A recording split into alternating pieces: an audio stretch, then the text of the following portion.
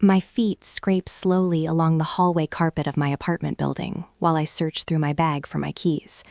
After pulling a grueling 12-hour double shift at Westfield Grill, every muscle in my body aches.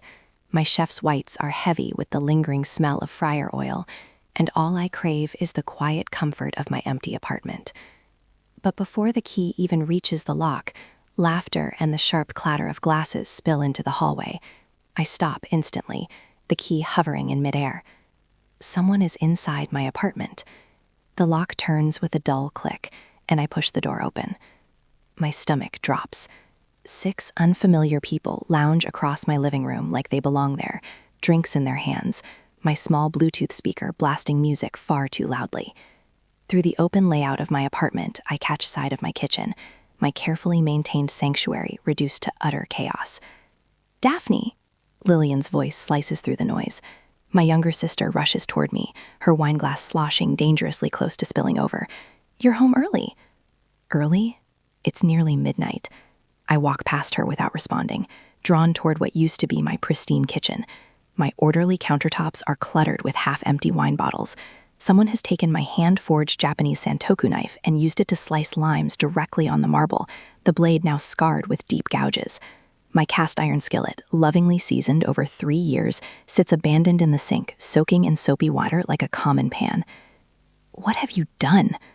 The words barely escape my throat. "We're just enjoying ourselves, Daph." Lillian gestures carelessly, dismissing my horror. "Don't be so uptight." Then I see it. Grandma Miller's handwritten recipe book lies open on the counter, its once precious pages warped and stained with dark red wine.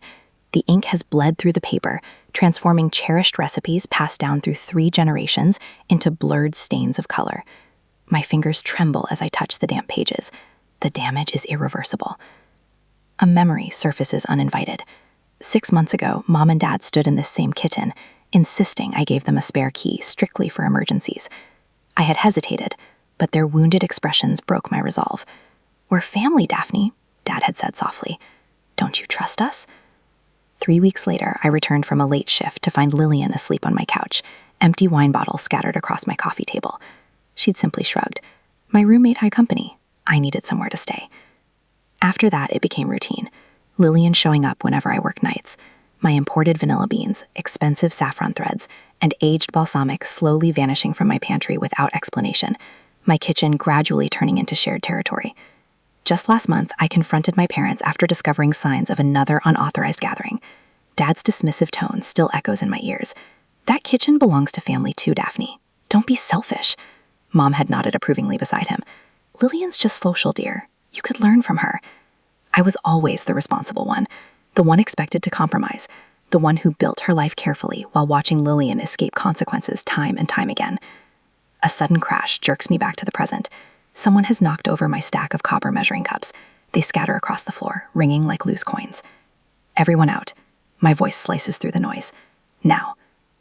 The strangers glance uncertainly between me and Lillian. "It's only 11, Lillian protests dramatically. "God, you're such a buzzkill." "This is my home." My hands shake, but my tone remains firm. "My kitchen. My belongings that you've ruined." "Oh, please, nothing's ruined." "Out." One by one, Lillian's friends gather their things, muttering under their breath as they shuffle past me. One man attempts to carry off a half-full bottle of wine. I silently take it from his hand. "You're overreacting," Lillian snaps, pulling out her phone. "I'm calling Mom and Dad." For a moment, old instincts try to return. The urge to apologize, to smooth things over, to keep peace at any cost. But my gaze falls on my chef's knife lying in a puddle of something sticky, its handle cracked. The knife Chef Thomas gave me when I graduated culinary school. A cook's knife is her voice in the kitchen, he had told me. Something inside me solidifies. "Go ahead, call them." I lift the damaged knife, studying it under the light. "But when you're finished, you're leaving too." Her eyes widen. She has never seen this version of me before. The one who refuses to yield. The one who no longer excuses her behavior. The one who finally recognizes years of manipulation. "You can't throw me out! I'm your sister." "Watch me." I escort her to the door and push her outside, closing it firmly behind her. Have you ever experienced that moment when something inside you simply breaks? When you realize you've been exploited for far too long? The instant you understand that the people who should love you most have turned that love into a weapon, I was about to discover what happens when you finally refuse to bend. A week after the incident, I received an invitation to my parents' house for dinner. My aunt was present too, quietly observing everything that unfolded. The aroma of pot roast greets me the moment I step into my parents' suburban home for Sunday dinner. Mom has prepared the same dish for 20 years. Pot roast always means she wants something. Daphne, just in time. Dad's booming voice carries from the dining room where crystal glasses sparkle under the lights. His polished car dealer smile is firmly in place, the same one he uses when persuading customers to buy extended warranties. Mom hurries in from the kitchen, wiping her hands on her floral apron. There you are, honey. Lillian's been here for an hour. Of course she has. Lillian reclines at the table, scrolling through her phone, barely acknowledging my presence. Hey, Daph, she mutters lazily. I take my usual seat, the same chair I've occupied since I was 12, and immediately notice the thick manila folder placed prominently beside Dad's glass. Warning bells ring. So, Dad begins before I even unfold my napkin. We've been discussing a business opportunity. Mom nearly vibrates with excitement as she serves the pot roast. Richard, let her eat first. No time like the present, Eleanor. He leans forward eagerly. Daphne, you've always wanted to work in a real restaurant, haven't you? I place my fork down slowly. I already work in a real restaurant. He dismisses this with a wave. A line cook position isn't what I mean. We're talking about something meaningful, something lasting. Lillian finally looks up, a curious smile on her face. Dad slides the folder toward me. We've been exploring options to legally register a small restaurant. For me? For me? A cold heaviness settles in my stomach. For the family, Mom corrects gently. Your culinary skills paired with Lillian's business sense. Exactly, Dad continues proudly. You run the kitchen while Lillian manages operations and represents the brand. I never said You're excellent at cooking, Dad interrupts, but management is Lillian's strength. This arrangement is fair. Fair. The word strikes like a slap. I open the folder and freeze. Inside are printed real estate listings, each marked with Dad's handwritten notes. Available immediately, high foot traffic, favorable lease terms. You've been scouting locations? Just preliminary ideas, Mom says casually. Lillian slides her phone toward me. Look at my Pinterest board. I've been planning for months. The board is titled Our Restaurant. Hundreds of images fill the screen. Interior designs, menu layouts, uniforms, all selected without my input. The earliest posts date back 4 months. Dad produces another document. We've started the loan application. It just needs your signature since you have the culinary credentials. My signature, my credit, my liability, but not my vision. We've told everyone at church, Mom adds proudly. They're thrilled about the Miller Sisters restaurant. When were you planning to ask what I wanted? My voice is barely audible. Dad frowns. This is how family businesses work. Don't you want us to be close again? Lillian asks sweetly, like when we were kids? The memory twists painfully. What she doesn't mention is how she always made me cook while she collected pretend payments. I excuse myself and step onto the back porch, the cool evening air soothing my heated skin. The sliding door opens behind me, and Aunt Margaret joins me. I suspected this would happen tonight, she says quietly. They've discussed nothing else for weeks. Did everyone know except me? She sighs. They've always used your talent while giving Lillian the spotlight. Your mother treated me the same way when we were young. I designed her prom dresses, but she claimed the credit. The realization lands heavily. Your talent belongs to you alone, she says gently. And if you ever need somewhere to stay, my guest room is open. Before I can respond, the sliding door opens again. Dad stands framed in the light. We're waiting to continue our discussion. Back inside, the table has been cleared. The loan application lies at my place with a pen beside it.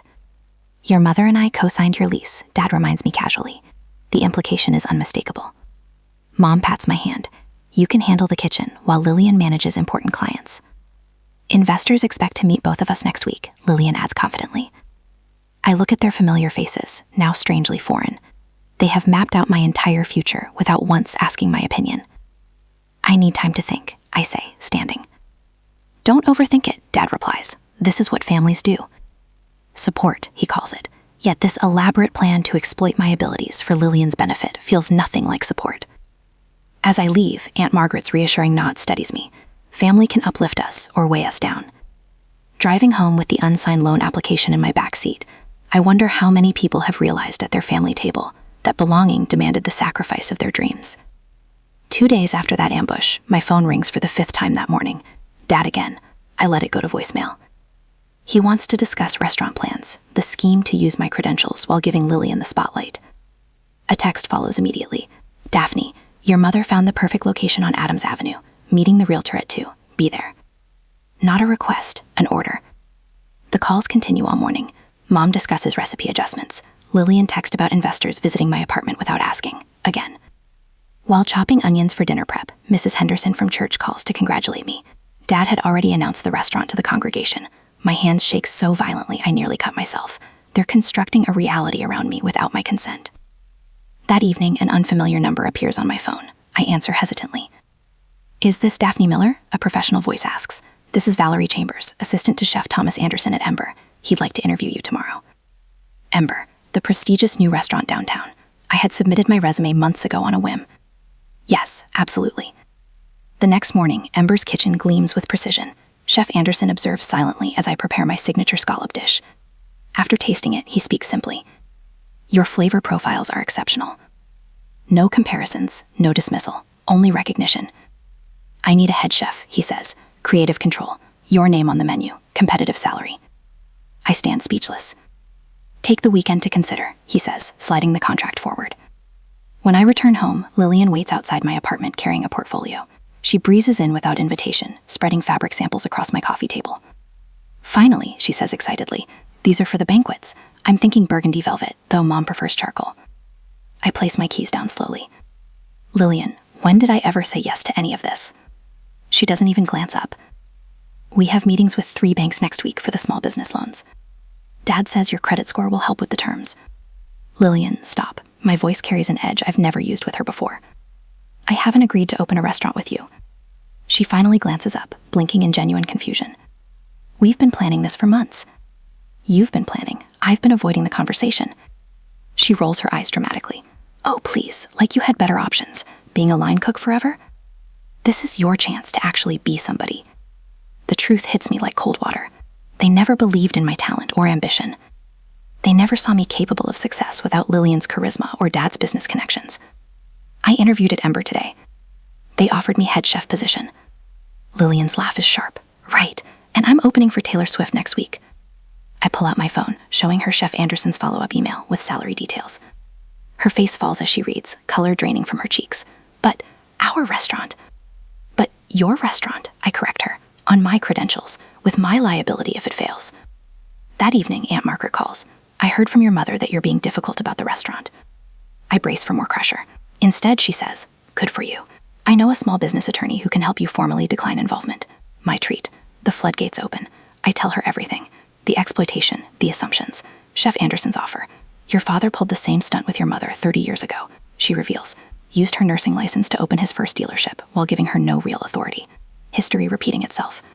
The next day, my culinary school mentor calls. I heard you might be settling for less than you deserve. Any truth to that? Word travels fast in professional kitchens.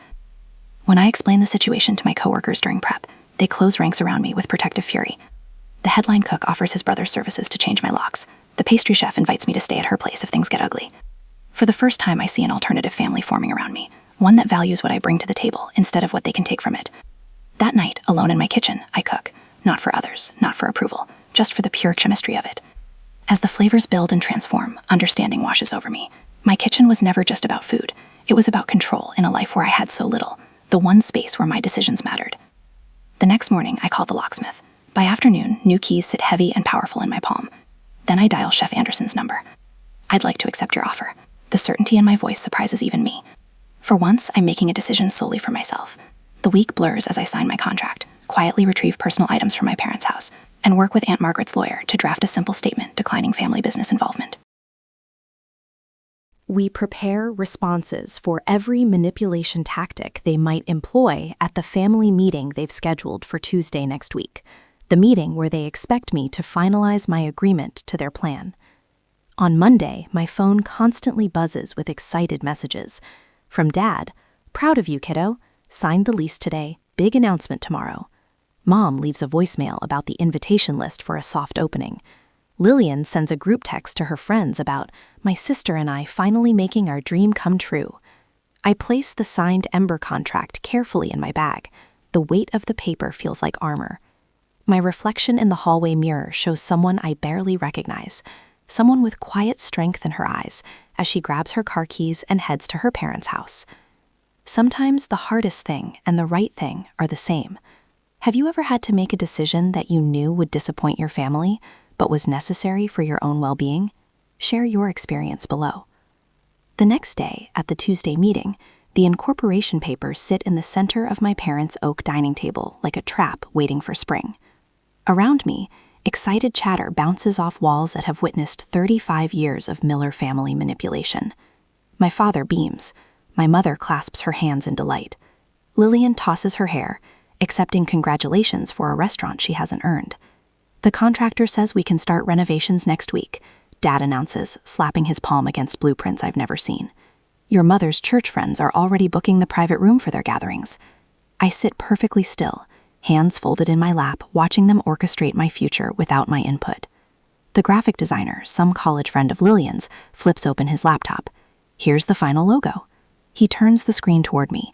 Lillian's dominates in an elegant script. Beneath it, in text barely larger than fine print, Kitchen by Daphne. The room falls quiet, all eyes turning to me for the expected grateful tears. Just need your signature, honey. Dad slides the incorporation papers toward me, his Mont Blanc pen extended like a scepter. Then we can celebrate properly. I look at the pen, then at each family member's expectant face. I won't be part of this, I say, my voice steady despite the adrenaline coursing through me. I've already accepted a position as head chef at Ember last week. The silence that follows feels like the moment after glass shatters. This is just a phase. My father recovers first, dismissing my career as he's done my entire life. Head chef at someone else's restaurant is nothing compared to owning your own. My mother's eyes immediately fill with tears. After all we've done for you, she presses a tissue to her face, a performance I've seen countless times. Lillian stands so quickly her chair scrapes against hardwood. You're just jealous it wasn't your idea. Her voice pitches higher with each word. We've already invested so much, you can't back out now. Dad pulls out his phone. I'm calling Uncle Robert. He needs to hear how you're abandoning your sister's dream at the last minute. I watch him dial with theatrical outrage. In my pocket, my phone vibrates. Glancing down, I see Lillian's vague Instagram post already accumulating sympathetic comments. Family can break your heart when you least expect it. The coordinated attack unfolds exactly as I predicted. My father's voice rises as he recounts my betrayal to extended family. My mother steps into the kitchen, no doubt texting her church friends about her selfish daughter. The familiar weight of family shame presses down, except this time it doesn't crush me. The front door opens and Aunt Margaret strides in without knocking. I figured you might need backup, she says, squeezing my shoulder before addressing the room. Have any of you even tasted Daphne's food lately? She's brilliant. My phone buzzes again. A text from Chef Anderson. Team's excited to have you on board Monday.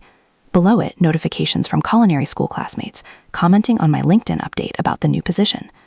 I've already signed a contract, I explained calmly, drawing the document from my bag, which means I can't legally enter another business arrangement that would create a conflict of interest. Dad's face reddens.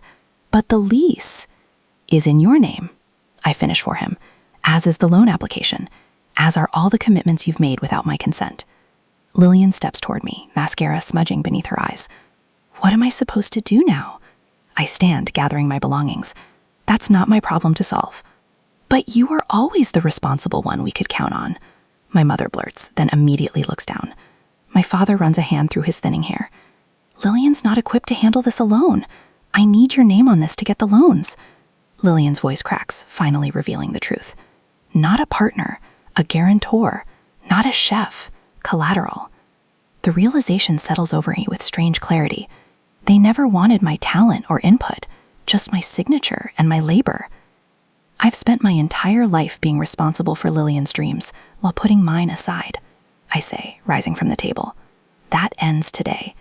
Aunt Margaret wraps an arm around my shoulders as we walk toward the door. You can't walk away from family, my father calls after me, his voice smaller than I've ever heard it. I turn back one last time. I'm not walking away from family. I'm walking towards self-respect. Outside, the evening air feels clean against my face.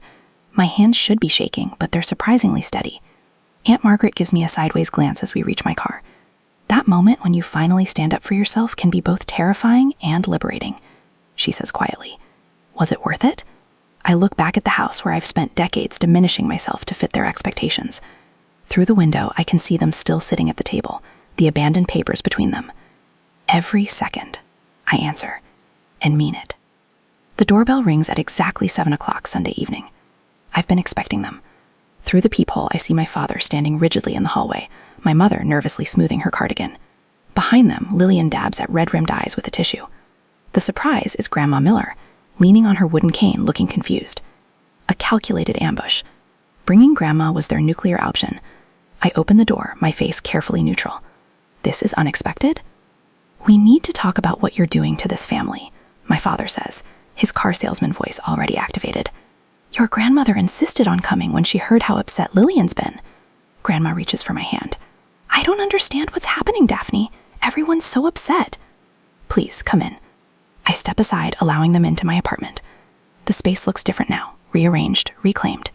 Security cameras discreetly mounted in corners, new locks gleaming on the door. My mother notices immediately. You changed the locks? I did. I guide Grandma to the most comfortable chair. I have something prepared. Please sit down. My kitchen island holds an array of small plates, 5 distinct dishes arranged with professional precision. Each represents a component of the tasting menu I've developed for my position as head chef. What's all this? My father waves dismissively at the food. My work. Please try it. Lillian remains standing, arms crossed. We didn't come here to eat, Daphne. We came because you've ruined everything I've worked for. Her voice cracks on cue. The investors pulled out when they learned you wouldn't be involved. My father steps closer. Your mother and I co-signed your lease. Remember that. The threat hangs in the air between us. Sit down, I say again, pulling out stools. Or leave. Those are your options. Something in my voice, perhaps the complete absence of apology, makes them hesitate. They exchange glances before slowly taking seats around my kitchen island.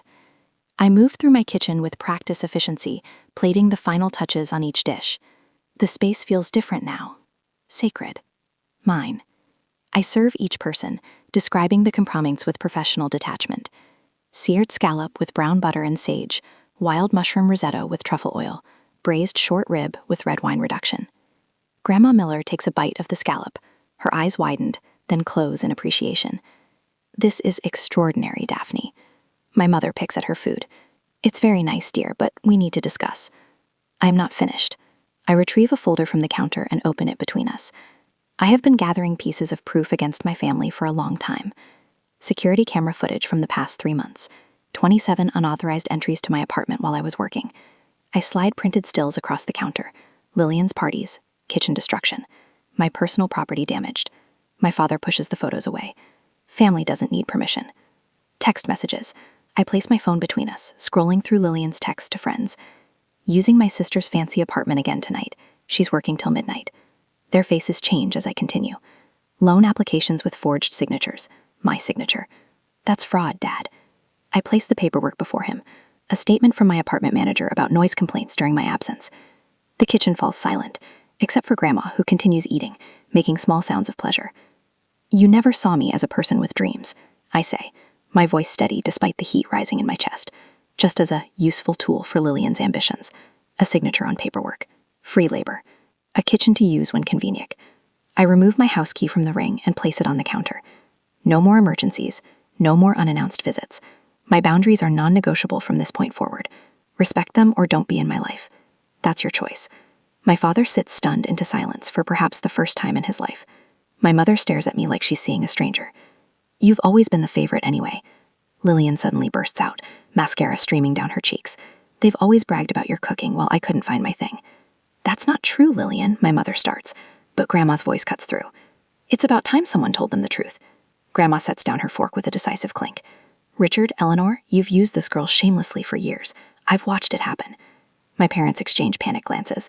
This wasn't in their script. We should go, my father mumbles, standing abruptly. My mother follows, tugging at Lillian's arm. I'm staying a while, Grandma announces. Daphne and I have catching up to do. They leave in disarray, the door clicking shut behind them. The apartment feels lighter somehow, as if their departure has altered the air pressure. Grandma reaches for my hand across the counter. Your grandfather would be so proud. He never let anyone take his work for granted either. She opens her large purse and unwraps something from layers of cloth. A chef's knife with a well-worn wooden handle gleams in the kitchen light. His favorite. I've been saving it, she places it in my hands. For the right moment. For the right Miller. The knife feels perfectly balanced, its edge still keen after decades. A proper tool passed to hands that would honor it. Thank you, I whisper, running my finger along the spine. Family patterns can be broken with courage, Grandma says, lifting her glass in a toast. And sometimes the greatest act of love is setting a boundary that everyone must respect. 6 months later, I slide the tray of sage-crusted lamb chops into the oven, checking the time. 2 hours until service begins at Anderson's, but the kitchen already hums with precision. My sous chef finishes the sauce reduction exactly as I need it. My standards have elevated this kitchen, and they rise to meet me. Chef Miller, that writer from San Diego Cuisine, is here again, Marcus calls, wiping his hands on his apron. Said your autumn tasting menu deserves another feature. 4 months as head chef, and already the locals know my name. Not because I'm Richard Miller's daughter or Lillian's sister, but because my food speaks its own language. Customers specifically request Chef Miller's special, and my team executes my vision without question. The quiet satisfaction feels nothing like the approval I once chased for my family. 6 months after standing my ground, I find myself in another kitchen entirely, teaching an evening class at my old culinary school. A student struggles with the emulsion technique I once fumbled under my father's impatient watch. Take your time, I tell her, demonstrating the gentle wrist motion again. Rushing only breaks the sauce. Watching her succeed where I once failed, something clicks into place. I've broken more than just an old family pattern. I've created space for others to learn without shame. The realization warms me more than any family praise ever did. Sunday dinners still happen, but on my terms. Last week, my father actually nodded when I mentioned the local restaurant award. Saw that in the paper, he said, something like respect in his voice for the first time. My mother surprised me, asking about my signature techniques without once mentioning how Lillian might improve them. Small steps, but progress. You showed them who you really are, Aunt Margaret whispered before leaving. That's the hardest battle anyone fights. The text from Lillian comes unexpectedly one Tuesday morning. I was wrong for using you. I want to start fresh. We meet at a coffee shop downtown. No parents buffering the space between us. Her hands fidget with her napkin. I've been riding your coattails my whole life, she admits, eyes finally meeting mine. It was easier than finding my own way. She shows me her acceptance letter to a hospitality management program, then mentions her junior manager position at a small bistro. It's entry level, but it's mine. Esther. The gathering in my apartment weeks later feels nothing like the invasion that started everything. Colleagues mingle with Aunt Margaret while my grandmother samples each appetizer with deliberate appreciation. When Lillian arrives, her homemade crostini looks lopsided but earnest. The texture's close, I say, showing her how to adjust the bread thickness. The same kitchen, completely different energy. My parents call before visiting now. A small victory that feels monumental. Lillian asks for advice instead of assuming entitlement. Cooking in my reclaimed sanctuary brings a peace I never knew possible. Sometimes you have to fight for your space to help others find theirs. I tell a young line cook facing similar pressure from her family. My story becomes her permission to set boundaries. Plans for my own small restaurant take shape on paper. Truly mine this time. Lillian offers genuine support without assuming involvement. We found our separate paths, linked by newfound respect. Late tonight, I experiment with a new recipe. My movements confident in the kitchen that nearly cost me everything. Grandmother's knife gleams under the pendant light, a symbol of true legacy. My phone lights up with Lillian's text. Got the promotion. Thanks for showing me how to stand on my own. I smile, realizing the truth. The recipe for family healing requires the hardest ingredient of all, truth. But once added, everything else falls perfectly into place.